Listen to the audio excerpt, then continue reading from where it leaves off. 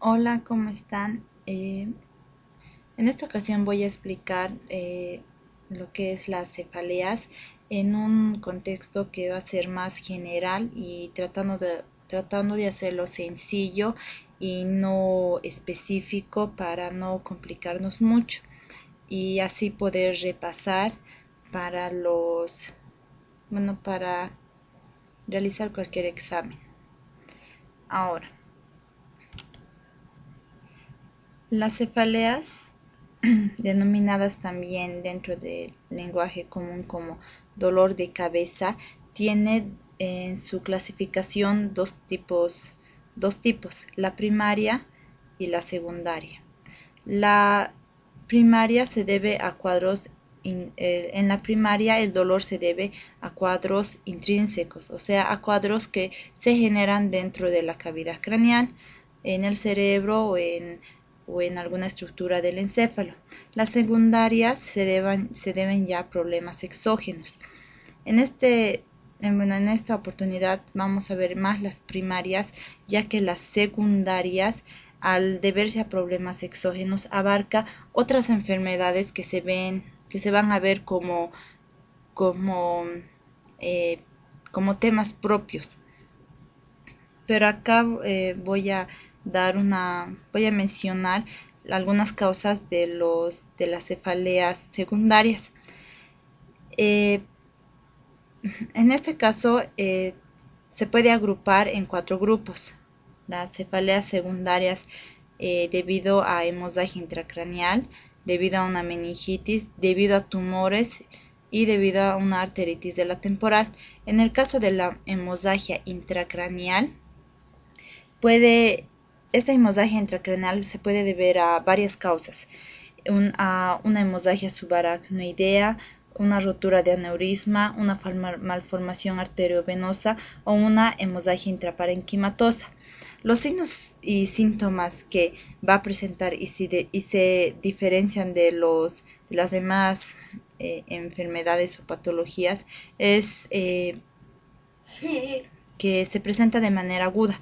Esto debido a esta presentación es que se debe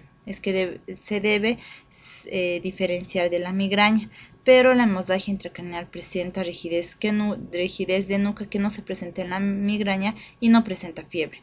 En la meningitis también se presenta de manera aguda, lo que hace diferencia de la migraña, presenta rigidez de nuca y esta sí presenta fiebre a diferencia de la hemorragia intracraneal. En el caso de los tumores, existen una variedad de tumores que provocan cefaleas, por lo que esta parte amerita un tema más específico y más extenso. Pero generalmente la cefalea en el caso de los tumores se presenta de manera progresiva. Eh, eh, se presenta de manera progresiva, evolucionando ya sea de días o semanas hasta meses. Generalmente es de característica profunda y sorda y suele presentarse de manera moderada. Uno de los tumores más comunes que se presenta con cefaleas es el adenoma hipoficiario. Ahora, dentro del tumor cerebral, al afectar diferentes estructuras, la persona también puede presentar náuseas y vómitos, que también está presente en el caso de la migraña. Perdón. Ahora, en caso de la arteritis de la temporal, la arteritis de la temporal suele ser algo común, por lo que cuando una persona presenta cefalea hay que sospechar de esta patología. Ahora, las características de la cefalea por arteritis temporal es que se presenta generalmente en mayores de 50 años y más en mujeres. Ahora, la cefalea suele ser localizada, o sea, suele ser unilateral, localizándose ya sea en el área frontal o temporal. Generalmente en un 50% se ha visto que al ser localizada, se localiza en el área temporal. Ahora, eh, la arteritis de la temporal presenta algunos signos y síntomas también que que hace sospechar bueno, de la cefalea debido a esta arteritis.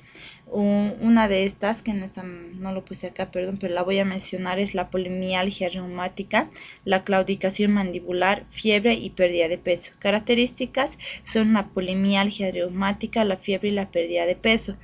Además, el diagnóstico se hace midiendo la velocidad de eritrosedimentación, que en este caso se encuentra elevada, mayor a 50 milímetros por hora, considerando que lo normal depende del sexo y de la edad, y se encuentra generalmente hasta 15 o 20 milímetros por hora.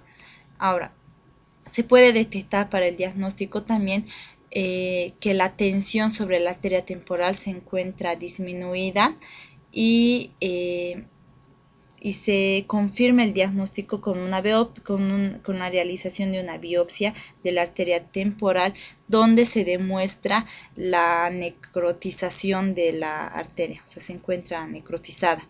Ahora, una de las complicaciones importantes de esta patología es la neuritis óptica que provoca al afectar, o sea, va a provocar una neuritis óptica si la arteritis lleva muy largo tiempo, porque afecta la arteria oftálmica. Entonces esto va a hacer que haya una neuropatía óptica isquémica y la persona va a presentar problemas visuales.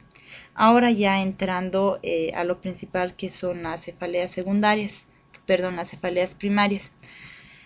Para entender un poco de las causas de las cefaleas primarias, que no se sabe con exactitud, pero se sospecha de estructuras que interfieren en la cefalea primaria,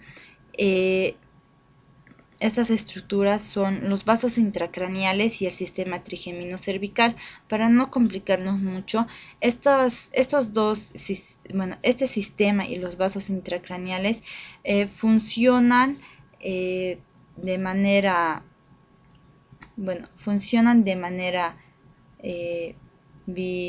¿cómo podría decirlo? Funcionan de manera conjunta, estimulándose una a la otra. Lo que ocurre es que el sistema trigeminal, el sistema trigeminal en algunos casos se activa, o hablando más específicamente, se activan las terminaciones del nervio trigeminal o algunas inervaciones que llegan a los vasos intracraneales. Estos vasos se encuentran ya sea en el cuero cabelludo, en los senos de la dura madre, comprende también la arteria meningia media y algunas otras estructuras. Al activarse el sistema trigémino cervical, produce efectos en los vasos intracraneales, y a su vez los efectos producidos en los vasos intracraneales produce estimulación en el sistema trigémino cervical. Entonces esto puede provocar ya sea una lesión o una activación inapropiada de las vías sensoriales del dolor, ya sea en el sistema nervioso periférico o en el sistema nervioso central. Ahora participa también el tálamo y la corteza cerebral, los sistemas moduladores del dolor en el cerebro, que en este caso se encuentran alterados, aumentando las vías sensoriales del dolor, y también participa la dura madre con los vasos sanguíneos que vascularizan a esta. Ahora, una de las cefaleas es la cefalea tensional. Esta cefalea tensional se caracteriza porque es la más frecuente de las cefaleas que vamos a ver. En este caso vamos a ver tres cefaleas primarias principales: la cefalea tensional, la migraña y la cefalea en racimos. Esta cefalea tensional es entre las tres que mencioné, es la más frecuente y se presenta más en mujeres. Estas características que voy mencionando nos ayudan para llegar al diagnóstico. Se presenta generalmente de 30 minutos a 7 días en caso de que sea agudo. En casos crónicos ya se presenta, la cefalea se presenta mayor a 15 días, además de que por día generalmente suele durar mayor a 40 minutos. Es de carácter opresivo y la intensidad oscila. Generalmente oscila de leve a moderada. No suele llegar a una cefalea intensa o explosiva. Y algo característico es que no se asocia a náuseas y vómitos, justamente porque los factores que desencadenan la cefalea tensional son algo diferentes al de la migraña, donde sí se presentan náuseas y vómitos. Entonces, al ser esta pequeña diferencia, hace que en el caso de la cefalea tensional no se presenten náuseas y vómitos, y esto también nos ayuda a diferenciar de la migraña. El tratamiento se realiza con AINES, sobre todo AINES, el paracetamol y la aspirina. En muchos casos se utiliza paracetamol, es más efectivo porque actúa a nivel central, y como vimos en la anterior diapositiva, las estructuras que intervienen en la cefalea primaria se encuentran a nivel central y no a nivel periférico. Entonces el ibuprofeno no ayudaría en el alivio del dolor en el caso de la cefalea. El tratamiento preventivo en caso de que la persona presente una cefalea crónica es antidepresivos tricíclicos, inhibidores de la recaptación de serotonina. Ahora, la migraña. En el caso de la migraña no se sabe las causas exactas por las que se produce, pero se sospechan, pero se mantienen algunas teorías. Al no saberte las causas exactas, pero sí se sabe los factores desencadenantes. Dentro de estos factores están los factores genéticos, hormonas, incluso en el caso de las hormonas se ha visto que algunas personas que toman, por ejemplo, anticonceptivos como la píldora o los preparados hormonales para tratar los trastornos de la menopausia, pueden provocar ataques de migraña. Por otro lado, vemos que es frecuente que en las embarazadas y en el climaterio la migraña suele desaparecer, por lo que está relacionado con las hormonas. El estrés también es un factor desencadenante. En el caso del estrés, la migraña no se presenta cuando el estrés ya está en su pico máximo, sino que la migraña suele presentarse poco antes del estrés o cuando el estrés ya ha pasado. Bueno, esto no se sabe con exactitud por qué, pero se ha visto eso. Y la alimentación. Se ha visto que algunos alimentos como el alcohol potencia o desencadena la migraña. Esto de la alimentación no se sabe a ciencia exacta o cierta, pero se la considera también como un factor desencadenante. Ahora, para entender poder entender un poco de la patología de la migraña y por qué se produce, tenemos como anteriormente denominé, al sistema trigémino cervical o al nervio trigémino. En este caso actúa también este sistema. Prácticamente, para resumir, en el caso de la migraña hay una activación del sistema trigémino vascular.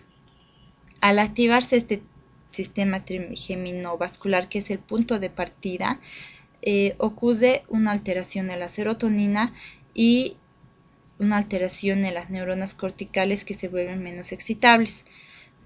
La alteración de la serotonina en sus diferentes fases, al actuar en sus diferentes fases, va a provocar, bueno, acá puse dilatación, pero en una fase inicial provoca contracción de los vasos sanguíneos craneales, y cuando produce contracción de los vasos sanguíneos intracraneales es que se produce el aura de la migraña, que voy a mencionar posteriormente. Es una división de la migraña, y posteriormente produce una dilatación de los vasos intracraneales, lo que va a producir una inflamación con dolor de los vasos intracraneales. En el caso de las neuronas corticales que se vuelven menos excitables, se produce una inflamación neurogénica que va a producir el dolor también, y una disminución en la inhibición del dolor. Al volverse menos excitables, la inhibición del dolor se va a alterar y va a disminuir, lo que va a provocar también dolor. Ahora, los subtipos clínicos de la migraña que mencioné hace rato son la migraña con aura y la migraña sin aura. La migraña con aura, que la menciono primero, se encuentra en el 20% de las personas. Acá, perdón. Se presenta en el 20% de las personas y se caracteriza porque el aura justamente hace referencia a la focalidad neurológica que presenta. Con focalidad me refiero a una alteración específica causada bueno, son síntomas específicos que son causadas por una alteración en un área específica del cerebro. En este caso, esta focalidad neurológica se va más a lo visual, provocando que visión borrosa, la persona va a presentar visión borrosa, escotomas centellantes, o sea, va a presentar, va a ver como manchas blancas en diferentes puntos del campo visual. O sea, va a ver prácticamente manchas blancas, tipo blancas, y defectos hemianópsicos. Estos defectos hemianópsicos, bueno, son varios y hace referencia más o menos a que va a tener una visión alterada. Generalmente en un lado en uno de los ojos, provocando, por ejemplo, que le sea dificultoso insertar el hilo a la aguja, porque va a presentar visión, aparte de la visión borrosa, alteración de la visión, puede haber diplopía, o sea, ver dos cosas al mismo tiempo, bueno, etcétera. Y la migraña sin aura, que se presenta el 75% de los pacientes y obviamente no presenta esta clínica de focalidad neurológica visual. Ahora, en la siguiente diapositiva menciono más los signos y las clínicas de estos dos tipos de migraña para así poder diagnosticar. La migraña sin aura, la que no presenta aura, generalmente se presenta 5 episodios. Para poder diagnosticar, generalmente va a presentar 5 episodios en diferentes oportunidades, ya sea en diferentes oportunidades, y estos 5 episodios que la persona va a presentar sin aura tiene que tener los siguientes alguna de las siguientes características. Ahora, estos episodios pueden durar de 2 a 72 horas. En caso de que dure más de 2 horas y vaya generalmente a 72 horas, es cuando la persona ya está siendo tratada y el tratamiento no está funcionando. Ahora, estos 5 episodios, para diagnosticar la migraña sin aura, estos 5 episodios tienen que cumplir los siguientes criterios. 2 de los siguientes datos. Puede presentar 2 de las siguientes alteraciones. Unilateral, puede ser unilateral, pulsátil, de intensidad moderada a severa y puede ser agravada por el movimiento, ya sea al caminar o subir las escaleras. Y estos episodios también tienen que presentar uno de los siguientes datos: presentar náuseas o vómitos, fotofobia y sonofobia. Al presentar dos de estas alteraciones y una de estas alteraciones y la persona presenta 5 episodios, ya se puede diagnosticar la migraña sin aura. Ahora, la migraña con aura comprende los criterios anteriores que vimos acá, más los signos focales neurológicos transitorios que mencioné en la anterior diapositiva, siendo 90% visual, que la duración de la aura, o sea, de estas alteraciones visuales, sea de 5 a 60 minutos. La cefalea puede acompañar al aura o presentarse después del aura. O sea, cuando la persona presenta estas alteraciones visuales de ver una mancha, de ver borroso, de ver dos imágenes, tener alteraciones en la visión, al momento de presentar estas alteraciones también puede presentar la cefalea o puede presentarla después. Y muy importante, que el dolor no se atribuye a otra enfermedad. Eso también es para la migraña sin aura. Descartar que el dolor se atribuya a otra enfermedad, en este caso que sea debido a una cefalea secundaria. Ahora, el tratamiento de la migraña. El tratamiento se va a realizar de acuerdo a la intensidad que presenta, a la intensidad de la migraña, pudiendo ser leves a moderados, moderados a grave, y el tratamiento preventivo, que es muy importante. En caso de un ataque, en caso de que la persona presente un ataque leve a moderado de la migraña, basándonos en la cefalea. En caso de que la cefalea sea de leve a moderado, el tratamiento principal son los AINES, el naproxeno o el ibuprofeno. Estos fármacos se deben administrar inmediatamente después del inicio de la cefalea, y repetirse la dosis cada 4 o cada 6 horas. Se puede administrar también metoclopramida para ayudar a las náuseas y vómitos, porque en la migraña, perdón, creo que no lo puse acá está, ya que la migraña sí puede cursar con náuseas y vómitos. Entonces, para ayudar en este caso, se puede añadir al tratamiento metoclopramida, que reduce estas náuseas y estos vómitos. Y la persona también es importante que se mantenga en un lugar oscuro, tranquilo, silencioso, debido a la fotofobia o sonofobia que puede presentar.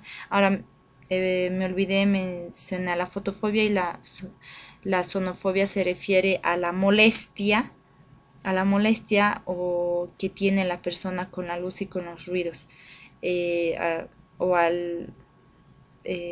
sea, que los ruidos y la luz excesiva le molestan o le incomodan. Ahora, en caso de ataques moderados a graves, los triptanos es el tratamiento principal, ya sea el sumatripán, el nortripán, el almotripán, y hay varios otros medicamentos. Estos son agonistas de receptores serotoninérgicos, principalmente de los receptores 1B y 1D. Ahora, en cuanto a los receptores serotoninérgicos, para poder comprender los receptores en los que actúan estos triptanos son el 1B y el 1D. Justamente estos dos receptores se encuentran en los ganglios basales y en todo el sistema nervioso, principalmente en la corteza, que es justamente donde actúa el sistema trigeminal, alterando el nivel de serotonina y inhibiendo la disminución del dolor. Entonces resulta ser efectivo. Una contraindicación de los triptanos es en personas que padecen cardiopatía isquémica o claudicación intermitente. ¿Por qué? Porque una de las acciones de los triptanos es la vasoconstricción y la reducción de la inflamación de los vasos sanguíneos, y bueno, esto en el caso del sistema nervioso, pero en el caso del corazón, estos triptanos no provocan vasoconstricción en los vasos del corazón, sino que provocan una vasodilatación que puede empeorar la cardiopatía isquémica que presenta la persona, entonces una contraindicación. Ahora, es, eh, el tratamiento preventivo es muy importante porque hay personas que sufren una frecuencia superior a 2 episodios al mes. Entonces, para no llegar a sufrir de la migraña es mejor prevenirla. Existen varios tratamientos para la migraña, tratamientos preventivos. Están los betabloqueantes con el propanolol, los calcioantagonistas, podría ser el verapamilo, que es muy eficaz, los antidepresivos tricíclicos como la amitriptilina y los antagonistas de la serotonina como la metiserguida, que es la más conocida. Suele usar los antagonistas de serotonina son muy eficaces, generalmente son los más eficaces, pero se tienen que administrarse con mucha cautela o en algunos casos es inconveniente su uso por los efectos adversos que provoca. Es muy eficaz, pero también puede provocar efectos adversos como aumento de peso, edema y reacciones fibróticas, provocando fibrosis en la pleura o en el pericardio. Entonces es importante revisar eso. Así es que hay que valorar su uso. En caso de que no se utilice estos antagonistas de serotonina, los beta bloqueantes resultan ser muy efectivos y porque bloquean los receptores serotoninérgicos de 5-HT2, que es la misma, o sea, haciendo la misma acción que provoca los antagonistas de serotonina, entonces resultan ser efectivos. Ahora, el otro tipo de cefalea es la cefalea en racimos, también denominada histamínica o de Orton. Ahora, esta cefalea se caracteriza porque se presenta más en varones y más de noche. Puede ser análoga, esta cefalea es análoga con la cefalea atencional, que se presenta más en mujeres y se presenta más durante el día. Este tipo de cefaleas en racimos se presenta más en varones, más de noche y más en personas de 20 a 50 años. El dolor generalmente es periocular, pudiendo extenderse hasta la mandíbula. La intensidad generalmente es explosiva y profunda. Y al presentarse de noche, obviamente, y ser explosiva, despierta a la persona, en este caso al varón, y lo que provoca también una agresividad. La persona suele ser agresiva, suele moverse mucho porque está molestándolo de noche y suele durar de 15 a 180 minutos.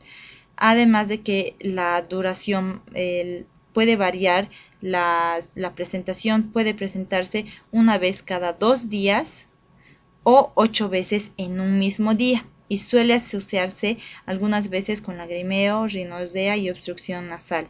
Una característica es no presenta náuseas ni vómitos como en la migraña. El tratamiento en el caso agudo, el tratamiento es sumatripán por vía subcutánea principalmente, y como segunda opción, y que funciona muy bien también, es el oxígeno, que se puede dar al 10% de 10 a 12 litros por minuto. El tratamiento preventivo es obviamente evitar los factores desencadenantes, y justamente uno de los factores desencadenantes resulta ser el alcohol. Así es que evitar el alcohol si se descubre que ese es uno de los factores que desencadena en esa persona. Y el tratamiento profiláctico se realiza con verapamilo. Y en caso de que el verapamilo no funcione, se realiza con corticoides. Ahora, algo muy importante que hay que tener en el caso de los episodios es que en personas con crisis largas o crónicas de cefalea en racimos se debe dar fármacos más inocuos. Acá el tratamiento en el caso agudo es sumatripán, pero en casos de que la crisis sea más larga o crónica hay que valorar el uso de otros tratamientos que sean más inocuos. Bueno, eso es una breve explicación general sencilla en cuanto a las cefaleas, y obviamente es recomendable consultar también con otras bibliografías si en todo caso considere necesario. Gracias.